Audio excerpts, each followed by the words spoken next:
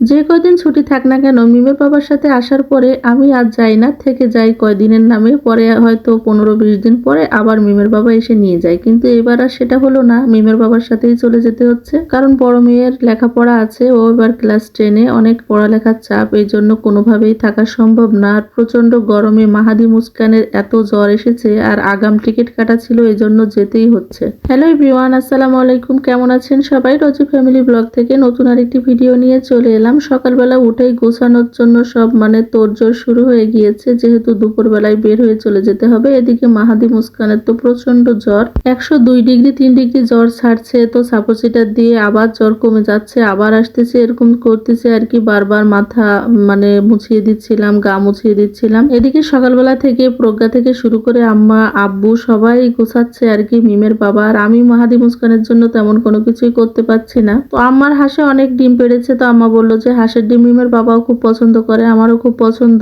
তো ডিমগুলো নিয়ে যেতে। তো আম্মা সুন্দর করে একেবারে কুড়া দিয়ে ডিমগুলো করে দিয়েছে, আরো আছে, আর এগুলো একসাথে পেড়েছে আর কি। প্রজ্ঞা এগুলো নিয়ে যাচ্ছে। কোরবানির সময় যখন এসেছি তখন আসলে এখন আমের সময় না, আম্রপালির সময়। তো আম্রপালি আমার সাতক্ষীরার বাসায় কিছু হয়েছিল, তো লোক সব চুরি করে নিয়ে গিয়েছে, যেহেতু আমরা নেই বাসাতে।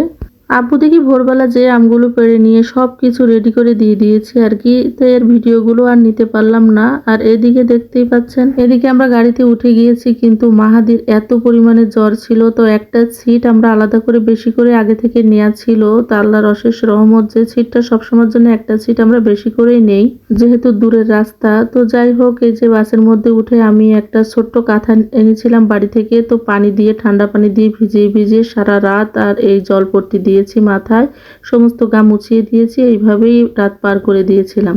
একরকম বলতে গেলে ছেলের কোনো হুঁশই ছিল না। এদিকে মুস্কানেরও জ্বর ছিল, তো যেদিন এসেছিলাম সেদিন অ্যান্টিবায়োটিক খাওয়ানো হয়েছিল, কিন্তু মাহাদের জ্বর কমে নাই, যেহেতু একদিন এসেছে। আর মুস্কানের তার একদিন আগে এসেছিল বলে জ্বরটা ওর একটু কমে গিয়েছিল। এমনিতেই যেমন তেমন বাহিরে কোথাও জার্নিং এ গেলে মুস্কান কারোর কাছেই থাকতে চায় না, আমার কাছেই থাকে। আর মাহাদি সুস্থ থাকলে ওর বাবার কাছেই থাকে। মাহাদি কিন্তু এখন অসুস্থ, এই জন্য আমার কাছে রেখেছি, কিন্তু ও কোনোভাবেই মাহাদিকে আমার কাছে থাকতে দেবে না। এটা যশোর থেকে ভিডিও করা আর কি, গাড়ি থেকে। আর যশোর মনিহার হলের সামনে গাড়িটা রাখে, অনেক যাত্রী ওঠে, তারপরে কারো টয়লেটে যাওয়ার দরকার হলে যায় আর কি, এই জন্য রাখা। ওখান থেকে একটু সামান্য ভিডিও করে নিলাম। যশোরের মনিহার সিনেমা হল কিন্তু অনেকটাই নাম করা ছিল, আর এখন অবশ্য ওইভাবে গাড়ি এখানে এসে থামে, ওই জন্য দেখতে পারি আর কি। কখনোই সিনেমা হলে সিনেমা দেখা হয়নি, কিন্তু নাম শুনেছি অনেক, আর দেখিও প্রত্যেকবারই যাওয়ার সময়।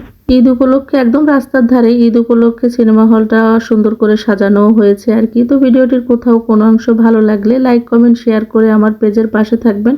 আমার একটা ইউটিউব চ্যানেল আছে, চাইলে ভিজিট করে আসতে পারেন। তো ভিডিওটি আজকে এই পর্যন্তই। ভালো থাকবেন, সুস্থ থাকবেন সবাই, আর আমার বাচ্চাদের জন্য সবাই দোয়া করবেন। আল্লাহ হাফেজ, আসসালামু আলাইকুম সবাইকে।